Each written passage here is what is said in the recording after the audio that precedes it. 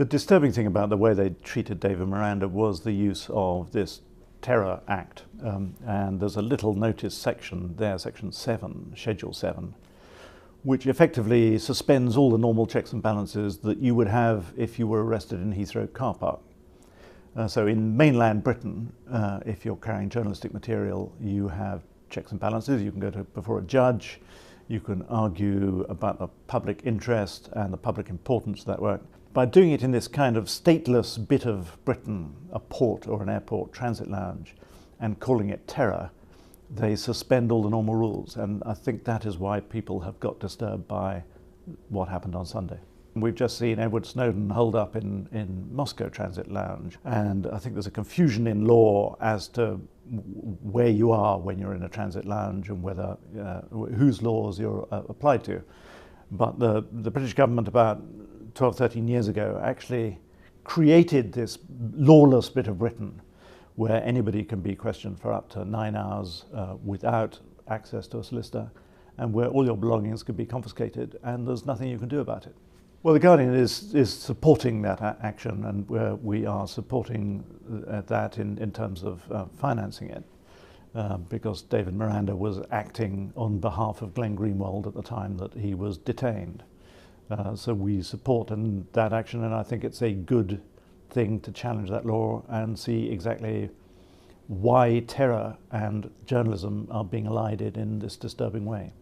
David Miranda wasn't really on assignment. He is Glenn Greenwald's partner, and Glenn Greenwald's a very busy man, and he assists Glenn in his journalistic work, and he was acting as a messenger or intermediary in a way that is difficult for Glenn at the moment, because he's got a lot of work to be doing in Brazil, and I think he's also a bit nervous about travelling at the moment. We were faced effectively with an ultimatum from the British government that if we didn't hand back the material or destroy it, they would move to law. That would mean prior restraint, a concept that is anathema in America and other parts of the world, in which the state can effectively prevent a news publisher from publishing.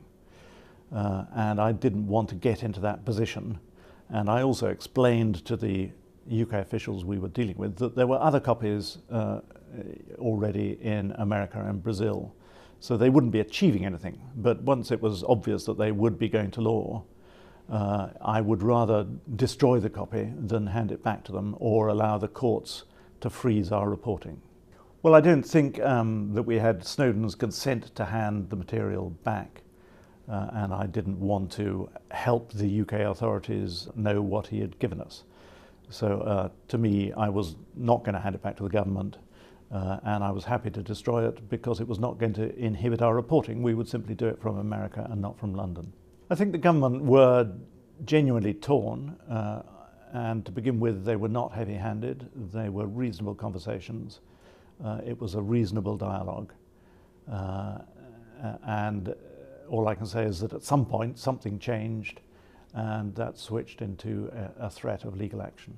I don't know why what changed or why they changed. I imagine there were different conversations going on within the security apparatus, within Whitehall, within Downing Street, and at some point a message came to me that we'd had our fun and that the time had now come to return the documents. I think any journalist reading the Snowden revelations ought to realize that with the mass collection of millions and millions and millions of emails, details of phone calls, texts, that the business of reporting securely and having confidential sources is becoming difficult.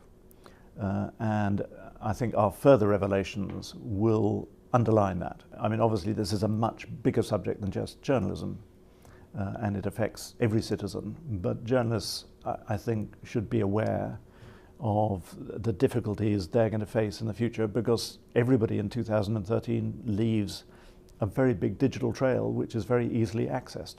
I hope what this will do will send people back to read the stories that so upset the British state, because there's been a lot of reporting of what GCHQ and the NSA are up to.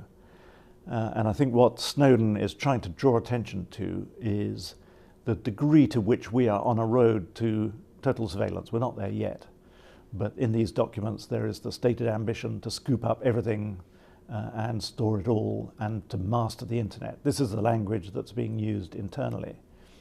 And Snowden essentially risked his freedom to wave a big red flag and say, look, this is the infrastructure they're building. And I think in America and in Europe, countries which have recent history of what that kind of surveillance means, this is being taken very, very seriously and has started a big debate. And I think the danger is that in the UK, we're a kind of blessed country. We haven't had that kind of recent history. The danger is we're a little bit complacent about what's being revealed.